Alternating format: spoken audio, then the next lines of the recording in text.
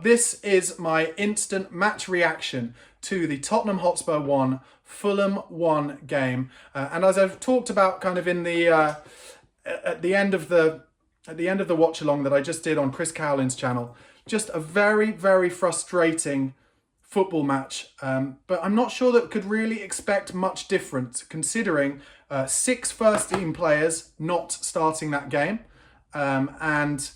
Deki Kulusevski only on the bench, kind of rested, Solanke ill, and Fulham not having played in the week. We know from this season so far, we know it, that Tottenham have really struggled when it's come to playing on Sundays after playing on Thursdays, and they looked leggy. They looked leggy throughout this game. They looked second to most first and second balls. We didn't have hardly any touches in the opposition box, which is really what Tottenham under Ange Postecoglou are all about. And really, when we scored the goal, and it was a good goal by Brennan Johnson, I'll go into it, it was not deserved. That goal was not deserved as far as Tottenham were concerned. And then Tottenham had the ascendancy in the game. And that is when, and I'll talk about this even more, but when the referee, who I thought was appalling all game, and I'm not one usually to get on the backs of referees, but the referee came into this game with the feeling of, I'm going to let everything I possibly can go. And that affected Spurs negatively so many times. There was a time in the first half where he let a bit of play on when Basuma was under pressure from Fulham's press just outside his own box. He gave the ball away and Fulham should have scored. We're very lucky that Ben Davies defended incredibly well, which he did all game, by the way, and I'd say he was my man of the match. But we were incredibly lucky in that instance that we didn't concede a goal. And then the second half, he does exactly the same thing. Lukic has just been booked. He slides in two-footed on Son, takes Sonny out, and cause Spurs have the ball, he plays play on. Fine, play on, see if Spurs score. Spurs didn't score. Bring it back for what is the most obvious booking that I have ever seen on a Premier League football pitch. At that point, with Spurs 1-0 up, Fulham should have been down to 10 men, if that's how I remember it rightly. But either way, even if it was still 0-0, Fulham should have been down to 10 men, and we'd have had 30 minutes to score against 10 men. In the end, when Kearney goes knee-high to the back of the Spurs player's knee and eventually gets sent off, I think it is Kulusevski, we're left with only, 7 minutes added time to play with against 10 men. And Fulham found it pretty easy, and Spurs don't have Richarlison fit, don't have Solanke fit, so couldn't put balls into the box in the air, really. Leno was finding it very easy to claim any cutbacks. And just an incredibly frustrating end to the game. And I'm putting it all on the referee. I'm sorry, I am. I think Spurs, like I said, there was some boos at the end there at the stadium, but I think most of them will be to the referee because, Tottenham put in a shift, having played Thursday, Fulham having a free week, with at least six players who would have played in that game out. Tottenham put in a shift, and you've got to give credit where credit's due. It wasn't a great performance by Spurs by any means. It was lacklustre at times. It was one-dimensional at times. A lot of fans have been calling this season for Spurs to be a bit more pragmatic, sit back and play on the break. Well, today we did play on the break, and we could easily have lost that game, but we could easily have won that game. However, just always very frustrating to not win a home game, and once again, just, frankly, not be able to build up any element of momentum after such a huge victory. 4-0 at the Etihad. Then we play at home to Roma, 2-2, and at home to Fulham, 1-1. And what we really needed was, 3 wins on the bounce to get everyone talking about Spurs again. But I think the realities of when you're playing in the Europa League, in the group stages, you're playing Thursday, Sunday every week. And we've seen down the years, many, many teams, including Spurs, all the way back to the UEFA Cup games, it's very difficult to make that happen. And we really struggled with it today. And as a result, we didn't win that game. In terms of the match action, we should have been 1-0 up after 1 minute of the game. Fulham were trying to play it across their back line, played a bad pass. Timo Werner played a good ball into Son Heung-min, who didn't quite get the ball out of his feet, tries to hit it across, burnt Leno, and Leno makes a decent save, but Sonny didn't get enough on it. And I think that's because his first touch wasn't great, and maybe that's just because it was the first minute of the game. Into the 5th minute, Basuma gave away a dangerous foul outside the box. Dangerous free kick comes in and Porro does well to head it over the bar. 10th minute was the first of what I thought was an absolutely spectacularly good performance from Ben Davies, who's my man of the match by a country mile. Made a huge interception in the 10th minute where Fulham would have been through, and then a minute later did exactly the same, intercepting another attack. And he did that time and time again. In the 16th minute is where I've made the first note of terrible refereeing, which was where he played that play on when Spurs had a foul conceded against them, or committed against them, sorry. And Bissouma's under pressure just outside his own box, and suddenly Fulham win the ball back, and in the end it leads to a huge chance for Jimenez, where Forster has to save it at his feet.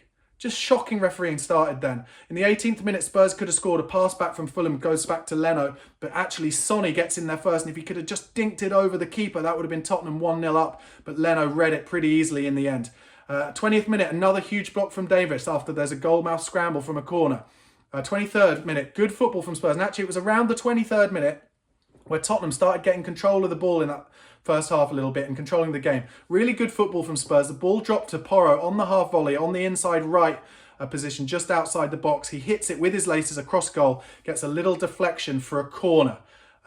Meanwhile, 26th minute, good defending from Tete at the back stick, stopped Timo Werner from having a header on goal, where I think he would have scored there. I know a lot of people, you know Werner's not a great finisher, but it would have been something he wouldn't have had to think about that much. Just a header, kind of getting it on target would have been very difficult. But Tete at the back post with a very important foot on the ball stopped that and put it out for a corner. Sonny didn't hold the ball up very well all game. It's not his game. We really missed Solanke. I made a note of that in the 32nd minute. That was happening all game.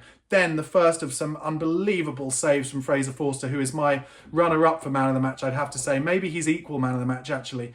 It was a Raul Jimenez header. Across from deep came from Wolves, and Spurs, who usually defend so well on their 18-yard line, they don't let any of their defenders drop deep past the 18-yard line. But Ben Davis, in his only mistake of the game really, had dropped 2 yards deep, and therefore Jimenez was through with a free header from about, I don't know, what are we looking at, maybe 8 yards out, 10 yards out, gets a great header on it, goes down to Forster's right, and it's a brilliant save, tips it wide of the post. Porro looked like he might have picked up an injury. 37th minute, slipped on the soggy ground and did the splits, but he did play the rest of the game. We had a corner then. Dragishin got a brilliant header on it, tipped over the bar from Leno. A little bit of a bad pass from Forster in the 39th minute, put us in trouble, but another huge block from Ben Davis, who played a 10 out of 10 game as far as I'm concerned. Another megally huge save from Fraser Forster in the 41st minute. Dragusin got himself out of position, chased the ball. Bissouma didn't work hard enough chasing back the transition, and Iwobi was in on the right. Gets his a side foot, but at pace, in on it, and Forster just tips it onto the bar. That was a huge chance for Fulham to go 1-0 up. Again, in the 43rd minute, they got in too easily, leading to a goalmouth scramble. Poor from Tottenham led to a corner. And then just the last kick of that first half, Spurs could have gone in 1-0 up as we won a free kick on the edge of the box. Werner was in on the left, should arguably have taken on his man down the left-hand side, but cut inside, won a free kick, perhaps pretty luckily. And then Fulham lined up the wall, last kick of the first half, and they didn't get the man there blocking the low shot. They didn't get the draft excluder, and Maddison went for it under the jumping wall, and just a tiny flick off the toe of the Fulham player made it hit the post and go wide. Into the second half, in the 49th minute, there was a free header, and I've written as ever at the back post for Spurs, who just do not defend their back post, and any team who plays Spurs knows that if they can cross it from one side of the box to the other, to the back post, there will be a chance at the back post. And Diop had a header at the back post saved at the near post by Forster in the 49th minute. They got another chance from a cutback very soon after, and the shot just came over the bar. So Fulham, who actually, I'm going to talk about this in more specifics, but Fulham in that first 10-15 minutes of the second half, absolutely dominating Spurs and should have taken the lead. Nelson was kind of taking the piss out of Spurs. 51st minute, controlled the ball on the back, loving it at the Tottenham Hotspur Stadium, having previously played for Arsenal. He played really well, controlled the ball on his back. His cross found Iwobi, who did a spectacular shot, kind of not an overhead kick, but a shot on the turn with his back to goal, and that was saved again by Forster at the front stick. 52nd minute, another chance for Fulham, a header straight into Forster's hands from a corner, but then against the run of play in the 53rd minute, so before the bad refereeing from the ref, to be fair, I got that a little bit wrong earlier, but from the 53rd minute, Spurs scored their opener. Brennan Johnson was the opener of the game. An incredible cross from Timo Werner. Tottenham had actually played some beautiful football in central midfield with Bissouma, Son and Madders, it was Sonny and Madders who got the ball out to Timo Werner, who dinks a beautiful cross to the back stick, and Johnson runs in at the back post as he tends to do, volleys it past Leno, no chance for him. And then I want to talk about how just previously to that goal, it all came down to Bissouma because Fulham were in and had a through ball. All he had to do is find the striker, but Basuma stopped it with a brilliant interception, and that's what led to the attack that Tottenham scored from. Then the 56th minute was when the really embarrassing refereeing happened. Spurs were in down the left, didn't let us play on, and books the Fulham player, but should have let us play on. Then 59th minute, beautiful football from Spurs, nearly in down the right, but it was overhit by Johnson. Amazing play down the left at a similar time. And that's when I've written how in the last minute or so, it was Lucic who should have been sent off for his second booking, and the referee let it go. It was an appalling foul on Sonny, and Lucic just a minute later taken off by Marco Silva so that he doesn't get sent off. And that for me, under 10 refereeing. He was an appalling referee all game, and that was where the game was not won by Spurs. I said it at the time in the watch along, if we don't go on to win that game, that will be the reason why. And then Fulham got a hold of the game again. 62nd minute, they had a shot over the bar from Robinson. 64th minute, I made another note again. Fulham always have a free man at the back post. This will hurt us. And there it was in the 66th minute, just 2 minutes after I wrote that note. Tom Cairney with a beautiful left-footed finish. But how did it come? It came across from a ball to the back post, where then Iwobi was able to get into the byline, cuts it back easily to Iwobi. Cuts it back easily to Kearney. Beautiful finish, to be fair to him. But Kearney had come on, as far as I'm concerned, during the subs that were made when Lucic was taken off. And Lucic was only able to be taken off because he hadn't been sent off. And he should have been sent off. So Tottenham should not have conceded that goal, no matter how good that finish was. Absolutely disgusting. Spurs then started making their subs on the 67th minute. Werner came on for Kulusevski. Son moved out to the left. Kulusevski played in the false nine. Foul on Maddison on the edge of the box in the 74th minute that he won himself. Iwobi with that foul. He took the free kick himself again after a little bit of a scrap with Porro, but hits the wall and goes over the bar. From the short corner, a shot opportunity for Maddison on the edge of the post, but he hits it over the top of the bar, trying to kind of power it into the far left-hand corner, Harry Kane style. 81st minute is when the red card comes. Another foul in midfield from Fulham, which they were doing all game. Spurs were in potentially with another counter-attack again. He got the booking. Referee doesn't send him off, even though he slices his studs down the back of Deki Kulusevski's calf, almost at knee height downwards. Thankfully, VAR got involved and he's sent off. But it took about 4 or 5 minutes to get it all sorted. Meanwhile, once Spurs are trying to get the game going again, as far as I'm concerned, and let me know what you think in the comments, Fulham all of their team go over to Marco Silva to find out what they're supposed to do. The Spurs players are complaining because they're trying to play on. Referee lets it happen. Fulham then make about, 3 or 4 more substitutions. Tottenham end up just being like, well, if that's going to happen, we might as well make some subs ourselves. So Bergvall comes on for Maddison, Gray on for Sarr. Once again, I would say about Ange Postecoglou, he's done this a few times this season. I think when you need a goal in the last 10 minutes of games, don't take Maddison off. Don't take him off. He's one of the players you want on the pitch for that.